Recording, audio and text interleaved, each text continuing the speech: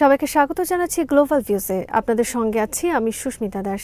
আজ জানাবো আন্তর্জাতিক গণমাধ্যমে আলোচিত সংবাদ ও বিশ্লেষণ। ফিলিস্তিনি প্রতিরোধ আন্দোলন হামাসের সামরিক শাখা গাজা উপত্যকায় আটক ইসরায়েলি বন্দীদের পরিবারকে সতর্ক করে বলেছে, ইসরায়েলি সরকারের নিরলস বোমা বর্ষণের ফলে তাদের আত্মীয় স্বজন শিগগিরই নিহত হতে পারেন। মঙ্গলবার এক ভিডিও বার্তায় আল কাসাম ব্রিগেডস পরিবারগুলোকে সম্বোধন করে বলেছে, গাজায় ইসরায়েলের গণহত্যামূলক যুদ্ধ এবং নির্বিচার হত্যাকাণ্ডের কারণে বন্দীদের জীবন মারাত্মক ঝুঁকিতে রয়েছে। ভিডিওতে বলা হয়, বন্দীদের পরিবার প্রিয় সদস্যরা প্রস্তুত থাকুন, শিগগিরই আপনাদের সন্তানরা কালো কফিনে করে ফিরে যাবেন। আপনাদের সেনাবাহিনীর ক্ষেপণাস্ত্রের আঘাতে তাদের লাশগুলো ছিন্ন ভিন্ন হয়ে যাবে। এখনই তাদের সমাধি প্রস্তুত করুন। আপনাদের প্রধানমন্ত্রী গাজা উপত্যকায় বন্দীদের মৃত্যুদণ্ড কার্যকর করার সিদ্ধান্তে স্বাক্ষর করেছেন। অপেক্ষা করুন, শিগগিরই দেখতে পাবেন। ভিডিওতে এর আগে যুদ্ধে নিহত বন্দীদের লাশ হস্তান্তরের দৃশ্য দেখানো হয়। গাজা জুড়ে ইসরায়েলি বিমান ও স্থল হামলার কারণে বন্দী ইসরায়েলি আমেরিকান অ্যাডান আলেকজান্ডারকে আটক রাখার দায়িত্বে থাকা ইউনিটের সঙ্গে হামাসের যোগাযোগ বিচ্ছিন্ন হওয়ার ঘোষণা দেওয়ার কয়েক ঘণ্টা পর এই বিবৃতি দেওয়া হয়। মঙ্গলবার হামাস বলেছে, যেখানে ওই জিম্মিকে আটকে রাখা হয় সেই এলাকায় ইসরায়েলি হামলার পর তাদের সঙ্গে যোগাযোগ বিচ্ছিন্ন হয়ে গেছে। এর আগে 21 বছর বয়সী সৈনিক অ্যাডান আলেকজান্ডারকে একটি ভিডিওতে দেখা যায়।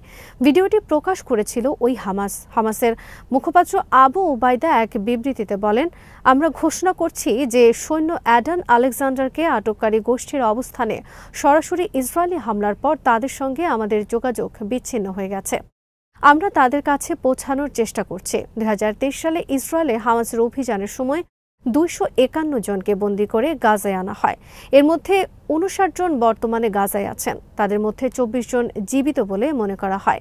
বন্দীদের মধ্যে 5 জন মার্কিন নাগরিক, তবে তাদের মধ্যে আলেকজান্ডারই একমাত্র জীবিত বলে মনে করা হয়।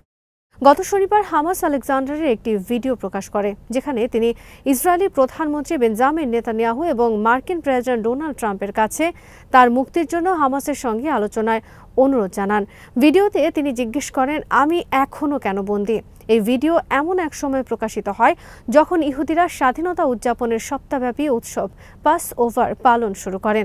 ইডানের পরিবার এক বিবৃতিতে বলেছে, গাজায় ইডান এবং আরও 58 জন বন্দী থাকা অবস্থায় এই উৎসব তাদের জন্য স্বাধীনতার কোনো বার্তা বহন করছে না।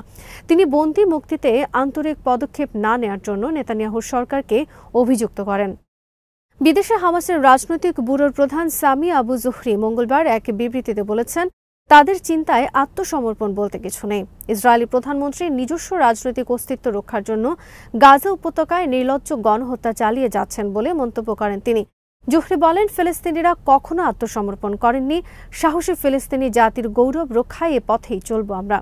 তিনি জোর দিয়ে বলেন, ফিলিস্তিনিদের বৈধ চাহিদা পূরণের লক্ষ্যে যুদ্ধবিরতি উদ্যোগে তারা ইতিবাচক সাড়া দিচ্ছেন। তবে হামাস কখনো সাদা পতাকা উত্তোলন করবে না এবং দখলদারদের প্রতিহত করতে সব ধরনের উপায় অবলম্বন করবে। তিনি অবরোধের মাধ্যমে গাজার নিরীহ জনগণকে ইচ্ছাকৃতভাবে অনাহারে রেখে সম্মিলিত শাস্তি দেওয়ার তীব্র নিন্দা জানান।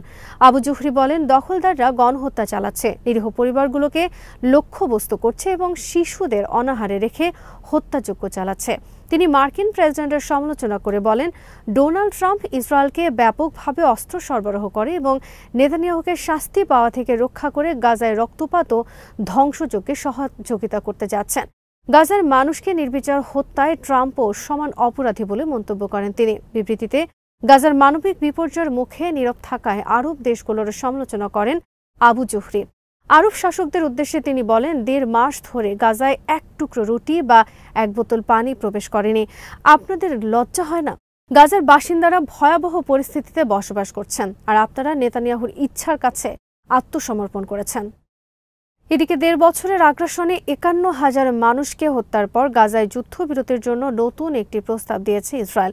এতে হামাস সহ অঞ্চলটির প্রতিরোধ সংগঠনগুলোকে নিরস্ত্র করার শর্ত দেওয়া হয়েছে। তবে এমন দাবি সরাসরি নাকচ করে দিয়েছে হামাস। নিরস্ত্র করার শর্তকে আত্মসমর্পণের প্রস্তাব আখ্যায়িত করে দলটি বলছে, এ ধরনের শর্ত একই সঙ্গে অসম্ভব এবং অসম্মানজনক। প্রকৃতপক্ষে শান্তি প্রক্রিয়া ব্যাহত করার জন্যই এই কৌশল নিয়েছেন ইসরায়েলের প্রধানমন্ত্রী। সামি আবু জুহরি বলেন, আমরা আমাদের জনগণের দুর্ভোগ লাঘব করে এমন সব প্রস্তাবের প্রতি ইতিবাচক। তবে ইসরায়েল যেভাবে আত্মসমর্পণের কথা বলছে তা কোনোভাবেই গ্রহণযোগ্য হতে পারে না। নেতানিয়াহু এমন শর্ত দিচ্ছেন যা আদতে যুদ্ধবিরতির পথ রুদ্ধ করার পায়তারা। তারা শুধু একতরফাভাবে নিজেদের বন্দীদের ফেরত চান। আবু জুফরি বলেন, হামাসের অবস্থান অত্যন্ত স্পষ্ট। ইসরায়েল যদি যুদ্ধ বন্ধ করে এবং গাজা থেকে সম্পূর্ণভাবে সেনা প্রত্যাহার করে, তাহলে আমরা জীবিত বা মৃত বন্দীদের মুক্তি দিতে প্রস্তুত, কিন্তু আত্মসমর্পণের কোনো সুযোগ নেই। আমাদের প্রতিরোধের সব পথ অব্যাহত থাকবে। মধ্যপ্রাচ্য বিষয়ক সংবাদ মাধ্যম মিডল ইস্ট আই জানিয়েছে, তারা ইসরায়েলের খসড়া যুদ্ধবিরতি প্রস্তাবের একটি কপি হাতে পেয়েছে। এতে 12টি শর্তের কথা উল্লেখ করা হয়েছে। বলা হয়েছে, প্রথম সপ্তাহে অর্ধেক ইসরায়েলি বন্দীকে মুক্তি দিলে গাজায় খাদ্য ও মানবিক সহায়তা প্রবেশের সুযোগ দেওয়া হবে।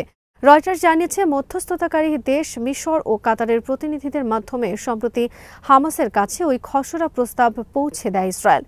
তবে হামাসের তরফে আনুষ্ঠানিকভাবে এখনও কোনো চূড়ান্ত জবাব দেওয়া হয়নি। ফলে মধ্যস্থতাকারীরা হামাসের আনুষ্ঠানিক উত্তরের অপেক্ষায় রয়েছেন। হামাসের এক বিবৃতিতে বলা হয়, তারা প্রস্তাবটি পর্যালোচনা করে দেখছেন এবং যত দ্রুত সম্ভব আনুষ্ঠানিকভাবে তাদের প্রতিক্রিয়া জানাবেন। 48 ঘন্টার মধ্যে এই প্রতিক্রিয়া জানানো হতে পারে বলে মিডল ইস্ট আইকে আভাস দিয়েছেন হামাসের এক নেতা।